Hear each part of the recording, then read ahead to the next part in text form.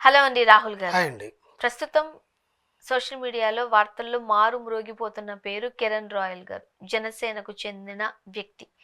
తనను మోసం చేశారు. భర్త లేని నన్ను వాడుకుని నాకు ఒక లైఫ్ ఇస్తానని చెప్పి మోసం చేశారు అంటున్నారు ఆ మహిళ. ఏం జరిగింది? ఇలాంటివి ఇంటర్నెట్‌లో పరిచయం అవ్వడము, ఉమ్, ఇన్‌స్టాగ్రామ్‌లో, ట్విట్టర్‌లలో, టిండర్‌లో, డేటింగ్ యాప్స్‌లో పరిచయం అవ్వడము, మాటలు పెంచుకోవడము, మాటలు కాస్త ఫినాన్షియల్ రూపంలో తీసుకోవడము. అంటే ఎక్స్‌పెక్టేషన్స్. నేను నీతో మాట్లాడుతున్నప్పుడు నా బాధలన్నీ చెప్పుకుంటాను ఆ పర్సన్‌కి. ఆ పర్సన్‌కి నా బాధలన్నీ చెప్పుకున్నా, "అయ్యో! నీకలా ఉందా? సరే ఉండు నేను ఏదో ఒక రకంగా హెల్ప్ చేస్తాను. నువ్వు నా ప్రాణం అనుకుంటున్నాను. నువ్వు నా దైవం అనుకుంటున్నాను. నువ్వే నాకు జీవితం. అసలు నువ్వు లేకపోతే ప్రపంచంలో నాకంతా చీకటిగా ఉంటుంది." ఇలాంటి డైలాగులన్నీ చెప్పేసి డబ్బులు తీసుకోవడము.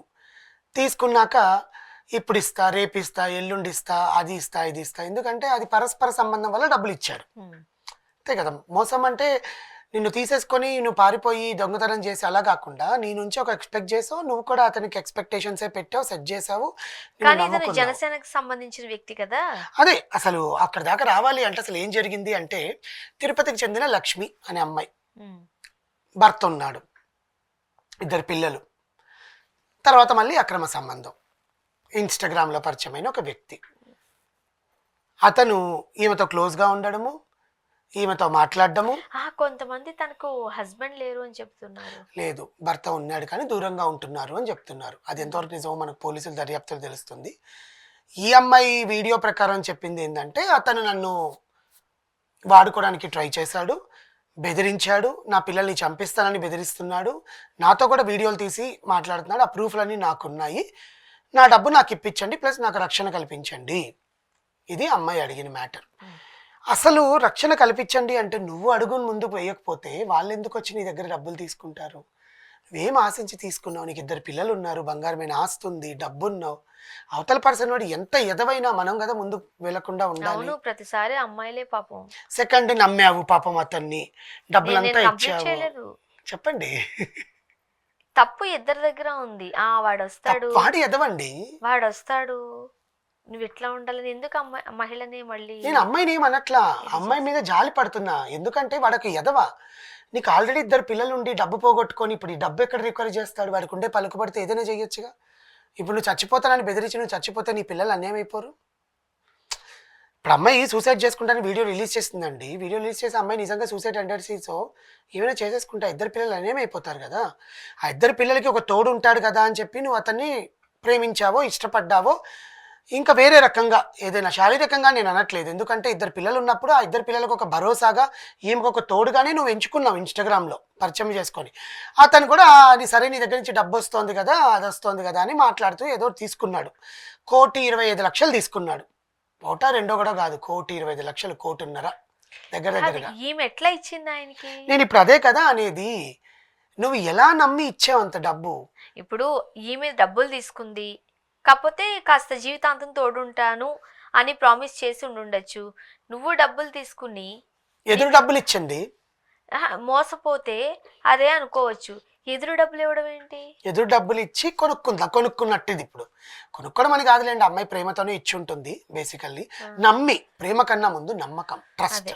ఆ పర్సన్ మీద ట్రస్ట్ ఉండి ఇచ్చి ఉండడము. ప్లస్ ఏంటంటే అతనికి రాజకీయ పరంగా కూడా జనసేన ఇన్ఛార్జ్ అంట కిరణ్ రాయ్ అనే అతను తిరుపతిలో, తిరుపతి అధ్యక్ష దానికి. సో పొలిటికల్ పరంగా అమ్మాయికి ఏమైనా యూజ్ ఉండొచ్చేమో, పిల్లల భవిష్యత్తుకి, పిల్లల స్కూళ్ళకి. పొలిటికల్ పరంగా ఉంటే పిల్లల స్కూళ్ళకి ఫీజుల్లో రాయితీ ఇప్పించడము, అవును. డిస్కౌంట్స్ ఇప్పించడం, మంచి మంచి ఎడ్యుకేషన్స్. లేదా ఏదైనా టెంపుల్కి వెళ్ళినా, ఎక్కడికైనా గుడికి వెళ్ళాలన్నా, పైన కొండ మీదకి వెళ్ళాలన్నా, ఎక్కడికి వెళ్ళాలన్నా ఒక పర్మిషన్ రావడము, అవన్నీ ఉంటాయి లాభాలు కొన్ని కొద్దో గొప్ప. సో ఆ లాభాలకి ప్లస్ నాకంటూ ఒక తోడు, నా పిల్లలకంటూ ఒక భవిష్యత్తు ఉంటుంది అని అతను నమ్మి డబ్బులు ఇచ్చింది. అతనేమో అసలు నువ్వెవరో నాకు తెలీదు, నన్ను డబ్బులు అడుగుతావా నువ్వు, ఉండు నీ పని చెప్తానని, పిల్లల్ని చంపేస్తానని బెదిరించడము, నాకు పలుకుబడింది నేను పిల్లల్ని చంపేస్తాను అనడం. ఈ అమ్మాయితో ఏదో మాట్లాడుతున్నప్పుడు video, it's not about other kind of video, మాట్లాడుతున్నప్పుడు వీడియోలు తీసి చూడు నాతో మాట్లాడుతున్నావు, నాతో నువ్వే ట్రాప్ చేసావు అని చెప్పి అలా బెదిరించడము.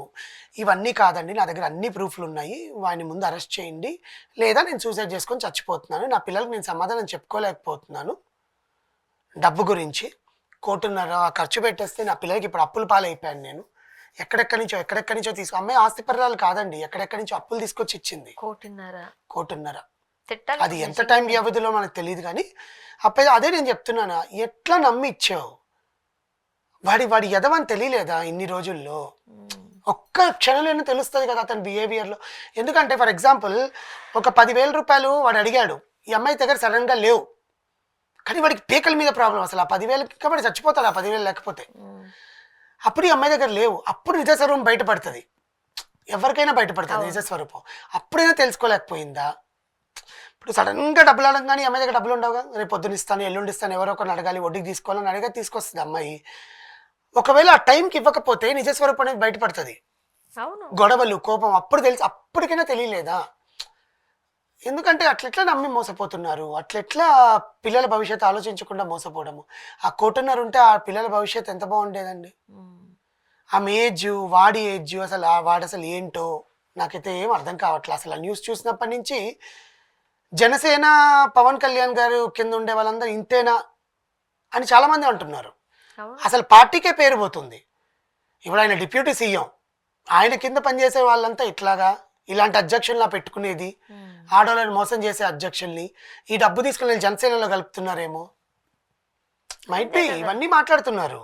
వాడికేమో చీమ కుట్టినట్టుగా లేకుండా అసలు ఆమె ఎవరో తెలియదు అని చెప్తున్నాడు. ఎవరైనా అడుగుతుంటే ఈ అమ్మాయి న్యూస్లో పెట్టుకుని ఆమె ఎవరో నాకు తెలియదండి, ఆమె చావుకి నన్ను కావాలని ఇరికిస్తుంది, ఒకవేళ చచ్చిపోవాలనుకుంటే ప్రూఫ్లన్నీ చూపించి కదా చెయ్యాలి, ప్రూఫ్లు చూపించకుండా నేను చచ్చిపోతున్నాను అది ఇది అని చెప్పి నా పేరు వాడుకోవడం ఏందని వీడు మాట్లాడుతున్నాడు. ప్రతిసారి మన మీద నింద వస్తే వేరే వాళ్ళ మీద తోసేయడమేనా అండి? కాదు కదా. వాడు చేయకుండా వాడి పేరు ఒక అమ్మాయి ఎందుకు బయట పెడుతుంది? కావాలని బయట పెడుతుందా? ఆ చిన్న చిన్న ట్రాన్సాక్షన్స్ వల్ల, చిన్న చిన్న గొడవల వల్ల ఇంత పెద్ద మొత్తంలో నన్ను మోసం చేసావు, నా శరీరం వాడుకున్నావు, నా పిల్లల్ని చంపేస్తానని బెదిరిస్తున్నావు, నా దగ్గర వీడియోలు తీసుకొని మాట్లాడుతున్నావు అని ఒక ఆడపిల్ల అయితే చెప్పదుగా.